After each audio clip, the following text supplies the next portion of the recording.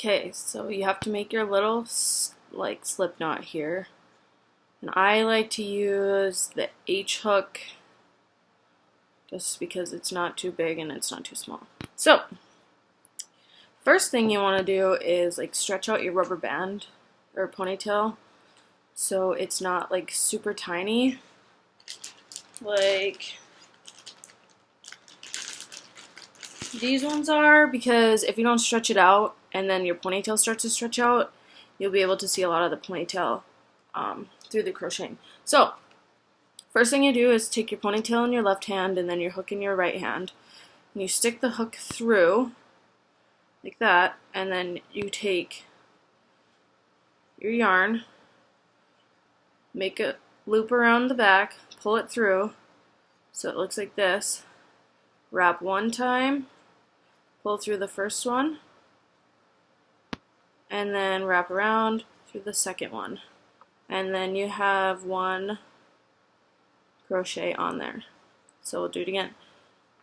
Go through the inside, grab the string with your hook, pull it through, wrap around, go over one, back around, and then through the two. So, one more time.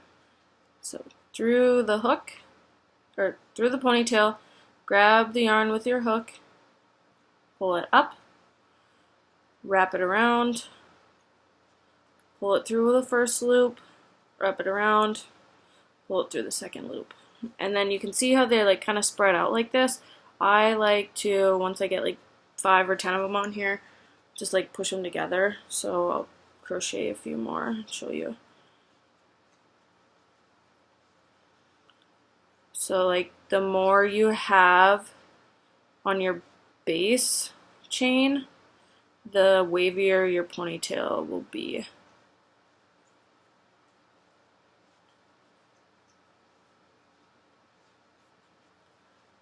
And then like once you get a lot done, you can stretch your ponytail out a little bit to see like if you're able to see the ponytail through the yarn, or if you need to add more double crochets.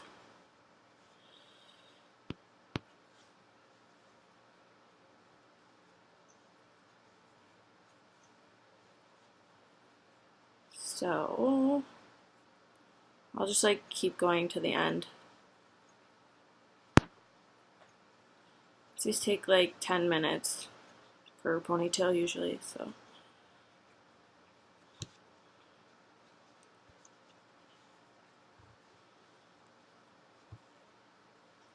Okay, so I have like this much left, which doesn't look like a lot, but when I push my yarn together, it almost like doubles in what I have left. So, keep going.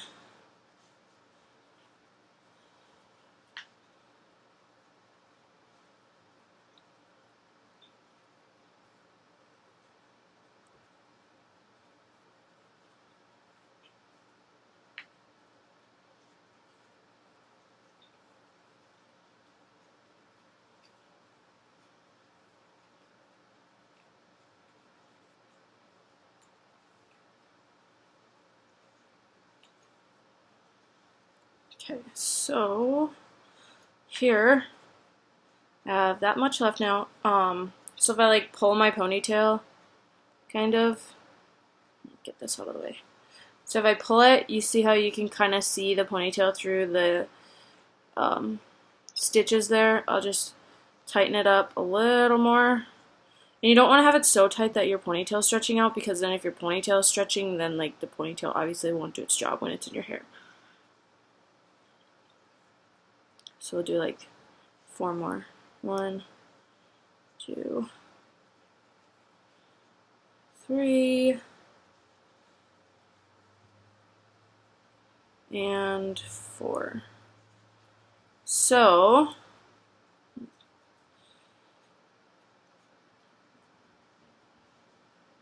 here is what my first layer looks like. Okay, and then you'll have like a gap here. What you'll want to do is slip stitch it together. So I'll go into this first, if you see it, into this first knot right here, your first crochet. So it's like right where your tail starts.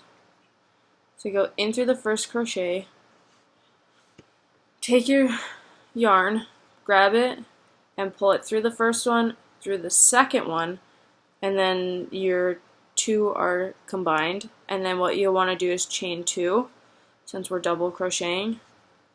And then all the way around, you're going to put 2 double crochets in each single stitch. So you can see here where I slip stitched it together. So I am going to put 2 double crochets into my 1 slip stitch. 1, 2. So there's my 2, and I'm just going to go all the way around. Do 1 and 2 in each single stitch. 1, 2. So you want to make sure you're doing double crochets because that'll help keep it like wavy looking. So you can already see it's like forming a wave. This part is what takes the longest.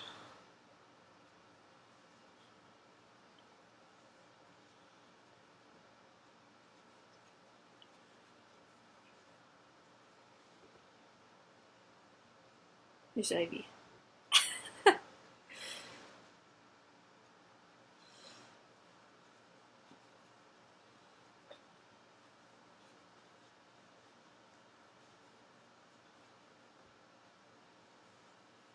Right now we're only at 7 minutes, so like I said, this takes about 10 minutes.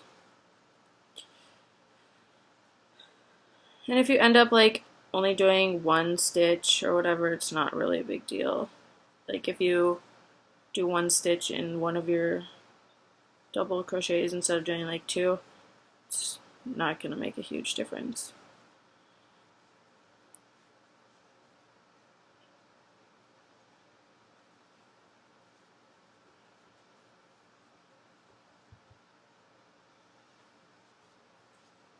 So by doing the double crochet in 1 single crochet, you can see like the wave here, how it's starting to form.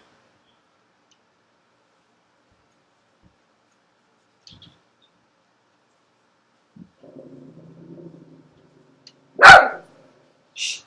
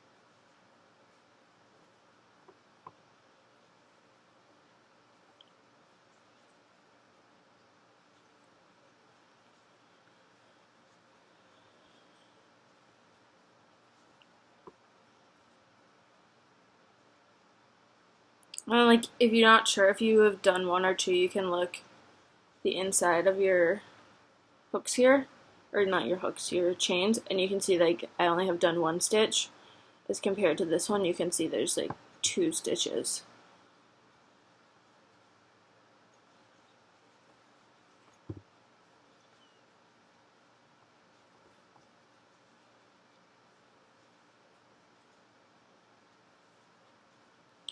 We're almost done. I have about 8 stitches left. So a total of like 16.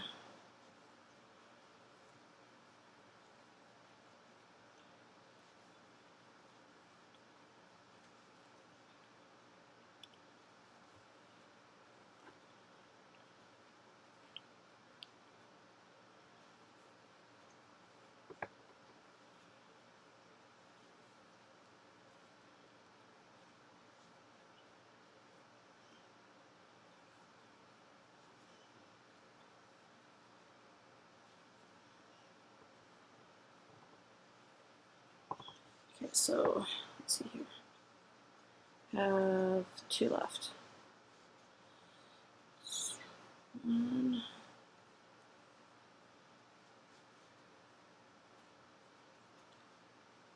And then 2. So you want to make sure that you like get this last one, otherwise there'll be a little gap there.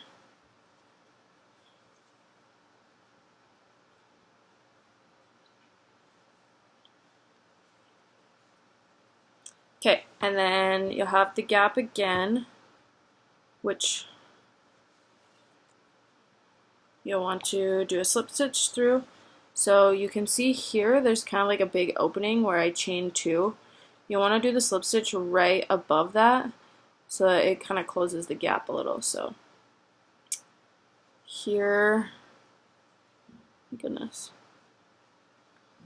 here is that gap where I chained 2, and then right above it is the knot where I will do my slip stitch. Okay, and that is my scrunchie. Super easy, 12 minutes we're at. And then to tie it off, you're gonna wanna just chain 1, pull it through.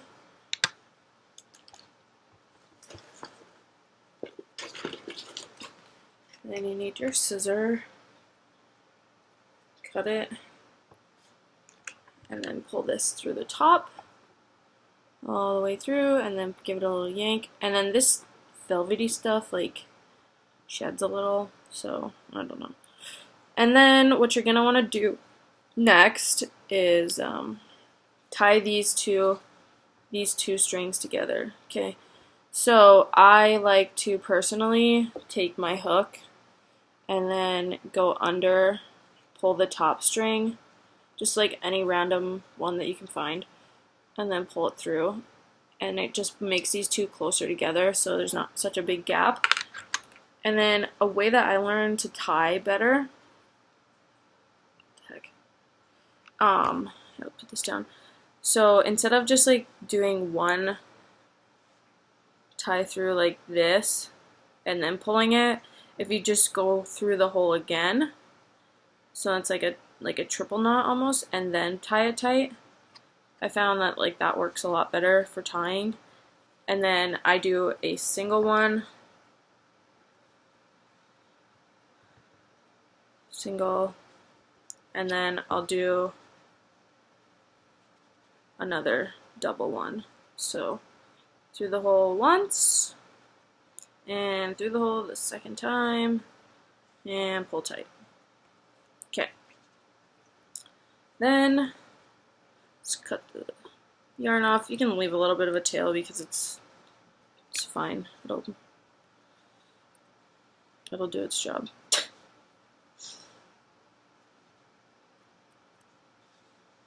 Because then, like I said, this extra furry stuff just comes right off. And there you have it. You have a 1990s scrunchie, because they somehow came back in style.